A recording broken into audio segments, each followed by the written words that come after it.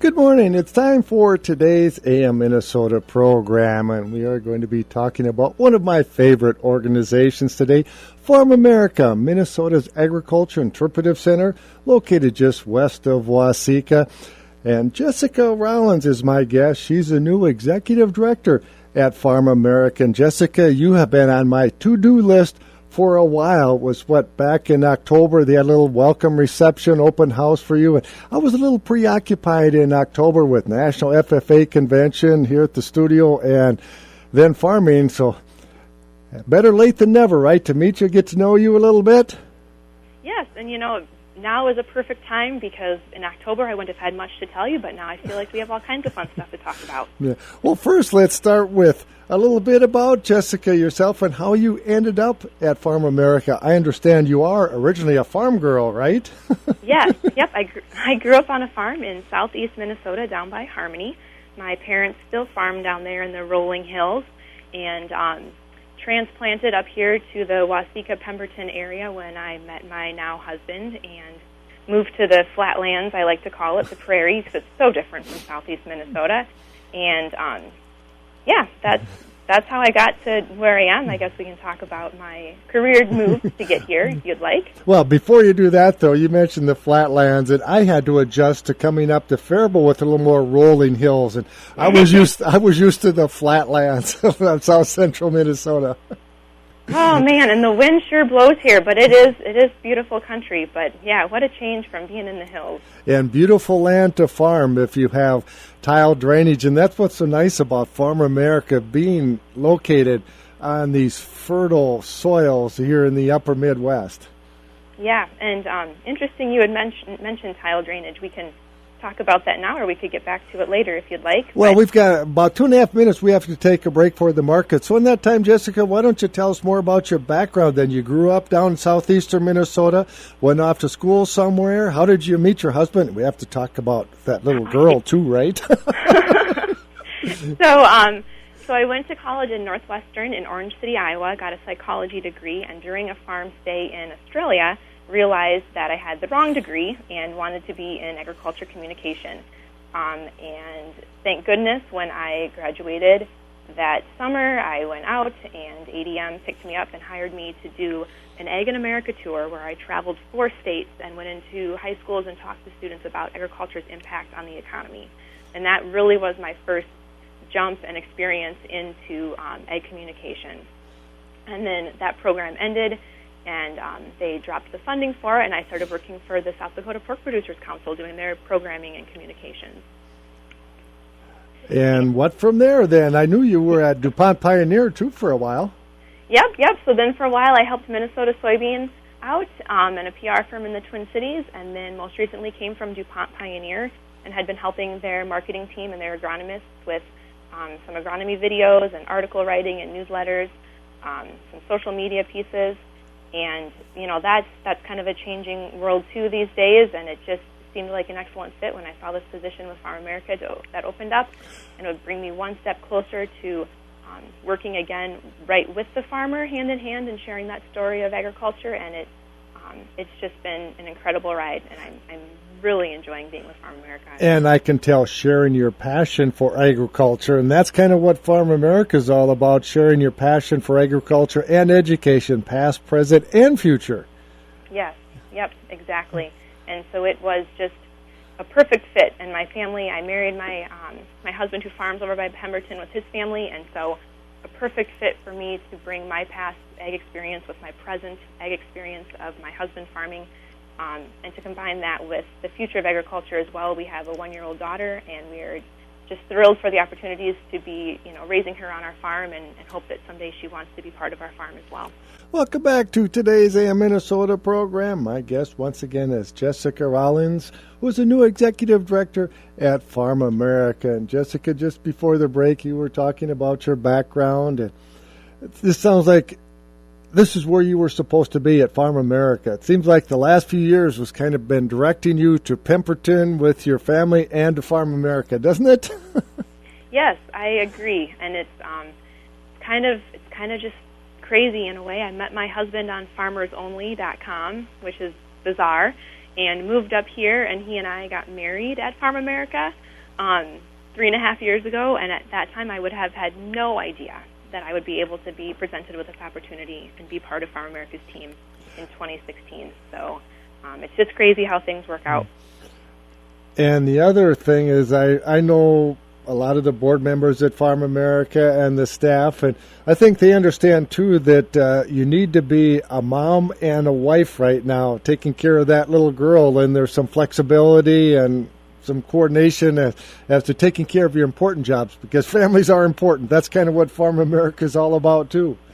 Yep. Family is definitely one of our values, and then it goes hand in hand with farmers, because most farmers put their family and their faith first. So it's an excellent place to be working and to lead by example. Now, you mentioned you grew up down by Harmony. Your parents are still farming, just cash crop, or did they have livestock? They did used to have livestock, yep, and they now laugh that they're retired farmers and they just have cash crops.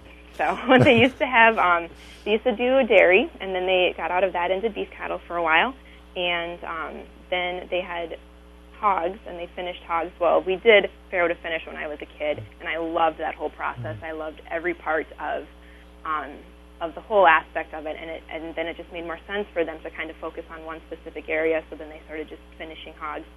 And now they rent their buildings out to a neighbor. And the farm with your husband, cash crop, or do you have livestock at home too now?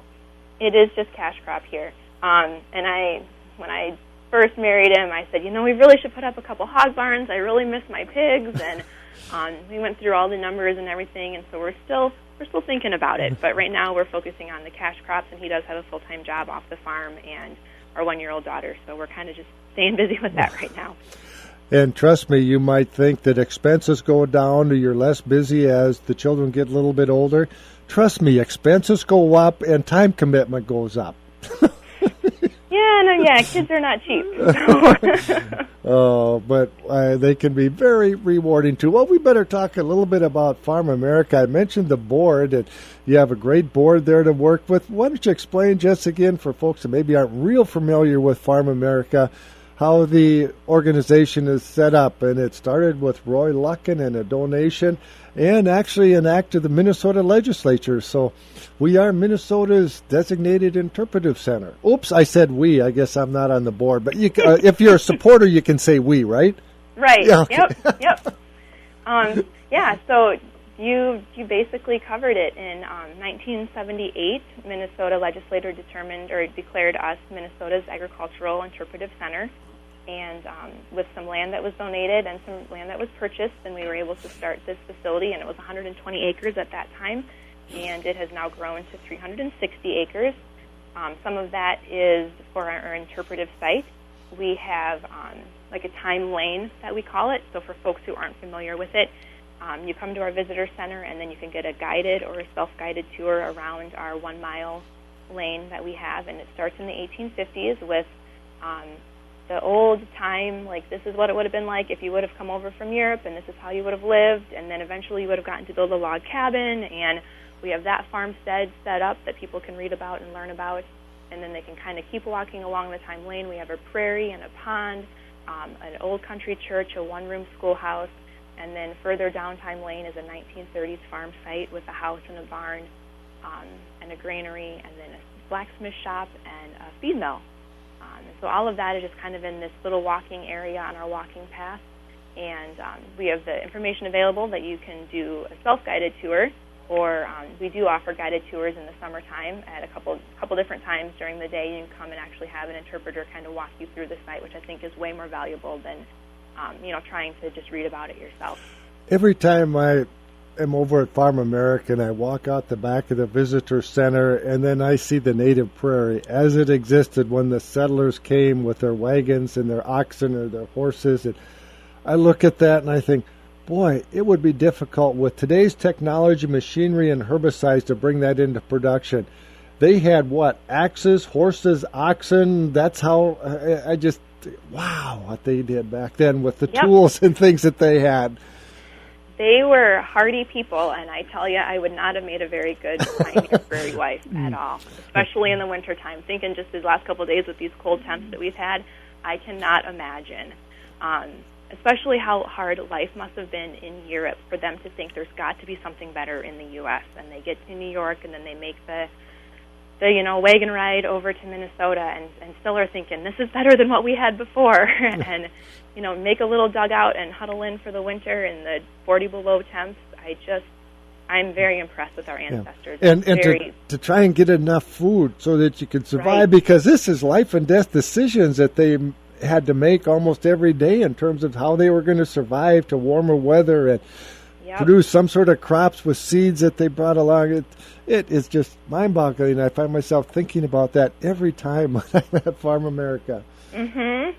And every time you go to the grocery store, too, you should be thinking, by golly, I'm sure lucky and blessed to have all these options right here in front of me, and I didn't have to grow every single one of them, painstakingly by hand. So, and I think the best part is that we have that history here at Farmamerica, so people can come and be reminded and learn about it, and then feel blessed for wherever they are in their life, that at least it's not the 1850s. Well, and I think it's more important for Farmamerica. Their role becomes more important as each day or year pass by, because the consumer is getting more and more removed from production agriculture. They aren't involved in it like you and I are. They didn't grow up in it even. They're 2 or 3 generations removed. Unfortunately, Jessica, you would know this with your experience working, promoting agriculture. There are some in the media that sometimes want to portray a not very nice image of those of us involved in agriculture. Yep. That is unfortunate that, there are the misconceptions out there, and I think Farmamerica can stand here and be proud as an actual example of how things were and how things are and how things will be. Our time lane kind of ends at the 1930s farm site, and I think in a lot of people's heads that's maybe still what they're thinking the farm looks like, because they are a few generations removed. And so we're working at Farmamerica to really start incorporating that modern agriculture piece to get people brought up to speed when they come to our visitor center, that they can get a better understanding at a basic consumer level that they want, without all the agricultural jargon and this and that they can get an understanding of what farmers are doing today.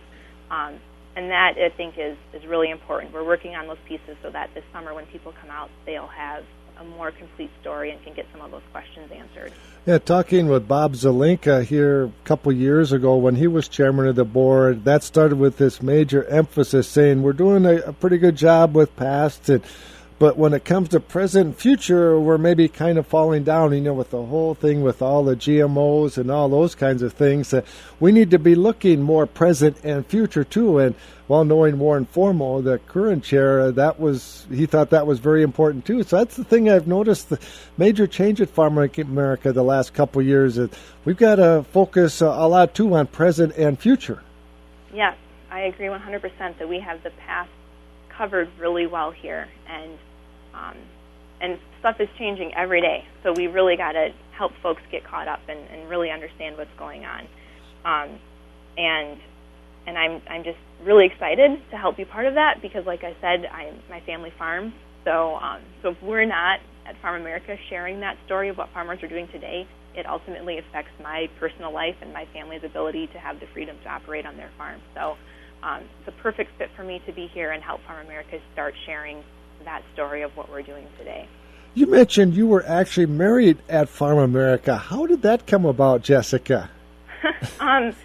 We knew that we wanted my hometown pastor to be the officiant of the ceremony, and my family was 2 hours away, and his family was kind of around the Waseca, Pemberton area, and we thought, let's just risk it and try an outdoor wedding. And we both love farming, and it just, he mentioned, well, let's check out Farmamerica. So we had the ceremony and the reception here, and some people light unity candles or pour sand and at their ceremony, and we actually took dirt from my family's farm and dirt from his family's farm, and we poured them together into a picture frame shadow box thing. And that part was pretty cool, because the soil down in southeast Minnesota, if you've ever been down there, is kind of a milk chocolate color, I would call it, and the soil up around here is like dark black, like an Oreo. So it was really fun to see the two soils mix and just the symbolism of our families coming together. What a great idea. That never occurred to me, but wow. Was that all your idea, Jessica? Yeah, it was, and I hadn't even looked on Pinterest for that. For some reason, it just popped in my head that we should do that. So, so it was a perfect fit to have it at Farmamerica for us, and it is a lovely facility. We do still rent it out for weddings and receptions and meetings during work weeks and in the evenings and on weekends. So, if there's any interest that anybody has ever to host something, they can just shoot us an email or give us a call and work with us that way. Well, the nice thing when you were planning your wedding and reception is if the weather's nice, you can be outdoors. But I expect your plan B was that you were going to be able to use the visitor center if Mother Nature didn't cooperate?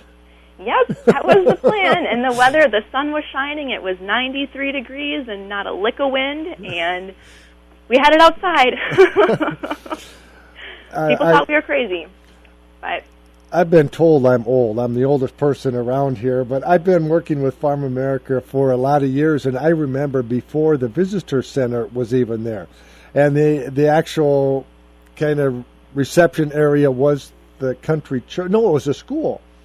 But okay. Boy, things really started moving along once Farmamerica got that beautiful visitor center, and then things could be held more in the winter and all year round, and so many things could happen then because of that beautiful visitor center that does have a lot of class, by the way, because it kind of has a replica silo on the side. Right. Yep.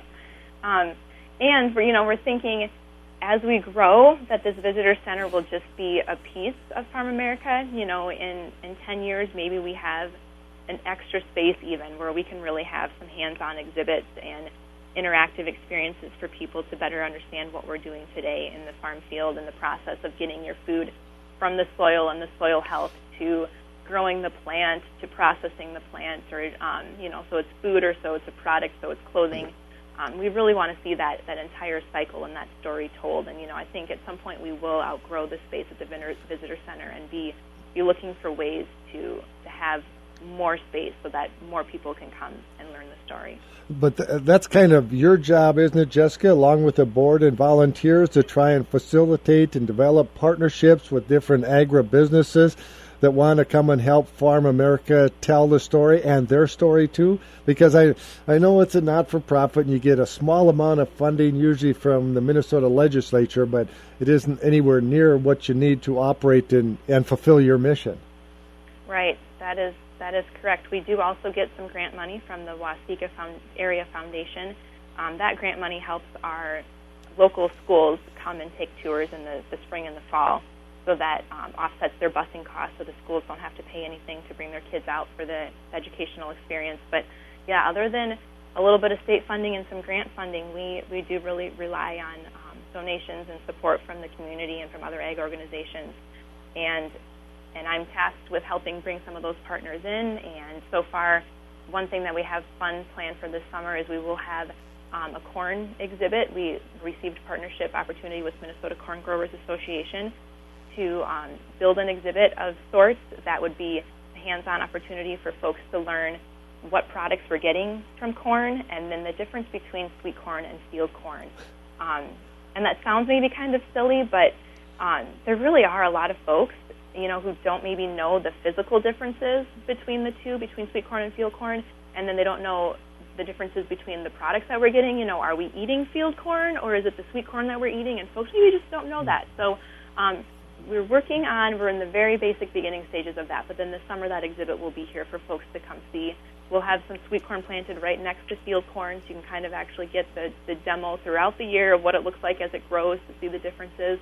And then the plan is that late summer or very early fall in September, maybe during our fall fair, like our harvest festival, we'll have a sweet corn feed, just kind of to bring the whole celebration together and the conversation about corn. I couldn't help but chuckle. I eat a lot of regular field corn, but it's processed through a cow, a pig, a chicken, there a you turkey. Go. Yep. But, yep.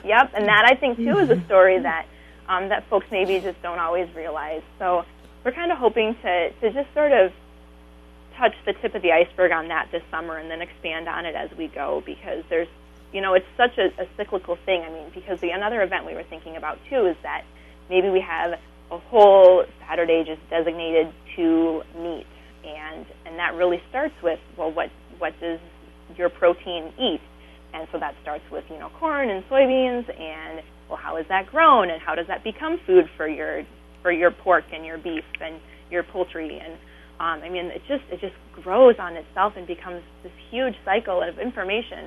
And I think that would just be a really fun event to have that displayed somehow here, too. And maybe there's somebody out here doing demos of meat cuts, because how confusing is that when you go into the grocery store and you want to get a cut of beef or pork, and you're like, it's maybe called a New York strip, or it's maybe called something else, and you're not really sure which is the best one or how to cook it. And that whole part is a part of the cycle of agriculture too, and I think that's a learning opportunity for folks as well. And you mentioned doing this, maybe a lot of folks don't know the difference between field corn and sweet corn. Well, to those of us that are involved, yeah, it's pretty elementary information, but really it is true, Jessica. A lot of people don't know. I'm involved at the Faribault Chamber of Commerce Agribusiness Committee, and we have an Adopt a Third Grade program, and we actually go into the school, and we went to the grocery store, and we bought all these different things, and then we just had a sample of corn and soybeans. And then so they could see, here's a box of cornflakes or Wheaties or here, and then relate it back to there's corn and there's soybean or soybean oil in it, and virtually everything in the grocery store has some form of corn or soybeans in it. And the kids are just amazed. Yeah. And that's an excellent opportunity for your chamber to be doing that. That is great. And sometimes you feel, Jessica, like, wow, what difference does it make? Because sometimes the misinformation is so huge out there. But we got to like 500 or 600 kids. We get to 500 or 600 kids in the Faribault area every year. Well, that's 500 or 600 more kids maybe that have met a real farmer and have visited a farm, because we've gotten some funding, and then we bus these kids out so they can visit a farm early in the spring. So there's 500 or 600 kids that know more than they did before we started. So you have to feel like, you're trying to do the best you can to educate the kids, and you're charged with that task every day. Not just kids, I guess adults too, right? Yeah, and you got to start somewhere, and you have to try, and I think that's what it's all about. We have about 1,500 kids come through to do the tour here on site, and we feel like we can be doing even more than that. We received some additional grant funding from NAOC to start going into the classroom even. So we're working on what that program will look like for us to go in and talk to middle schoolers about agriculture and soil and corn and soybeans, and then maybe there's an opportunity to get them also out to a farm as well. And, you just got to start small, and then it's going to build on that, and the kids, they'll remember. Anytime that they get to do some sort of hands-on activity, they'll remember that more than reading something out of a book. So we're just constantly thinking of new ways to, whether it's students or adults, to reach out to them and help share the story of modern agriculture. And speaking of reaching out, notice I told you this was going to happen, Jessica. I've just been visiting away. I looked at the clock. We have 2.5 minutes left. Didn't I tell you that was going to happen? Did. I tell you? So if you'd like to reach out to Farmamerica, become a volunteer, or maybe help with a little bit or a lot, or become a member and help support financially Farmamerica, let's go over how somebody can get involved. Sure. They can find us on Facebook, facebook.com/Farmamerica, or go to farmamerica.org. And we're always looking for volunteers to help. We have a couple gardens on our site that we could use assistance with, or if you want to help give tours or help at some of our summer events, just reach out to us on Facebook or on our website at farmamerica.org. And there you can also learn about some of our partnerships that we have with some with other companies who are doing research on some of our farmland. So lots of information on our website to check out. The coolest thing I've seen when I've been visiting at Farmamerica was a whole family was there. Grandkids, parents, and then the grandkids, and they were going through, and there was a grandpa explaining to the grandkids about some tool or something that he used to use that now we look back at, I can't believe that's all you had. But that's the type of volunteers you need, somebody that has experience with some of these things and has a passion to tell people about it. Yep, I agree completely. It's good to get that firsthand experience to share that story, and that generation is going to be gone before we know it, and to have that history and those information from them is just, it's priceless. So if you feel like you're driven to help us out, by all means give us a call or check out our website. And if you just have a little bit of time, maybe you can only help 1 or 2 days a year, or you want to help more. Everyone is welcome, right? Yep, I agree. Every little bit helps. That website once again and your telephone number, Jessica. Yep, farmamerica.org or 507-835-2052. We better get one quick plug in for the staff, too, that are there and taking care of the facilities during the summer and the office, too. Yes, we have several part-time folks to help us out and take care of the grounds and the space. I will also have an intern this summer helping us out. Cool. Another gal who will be helping us with programming. Cool. So, yeah, it's a small staff, but they are fantastic.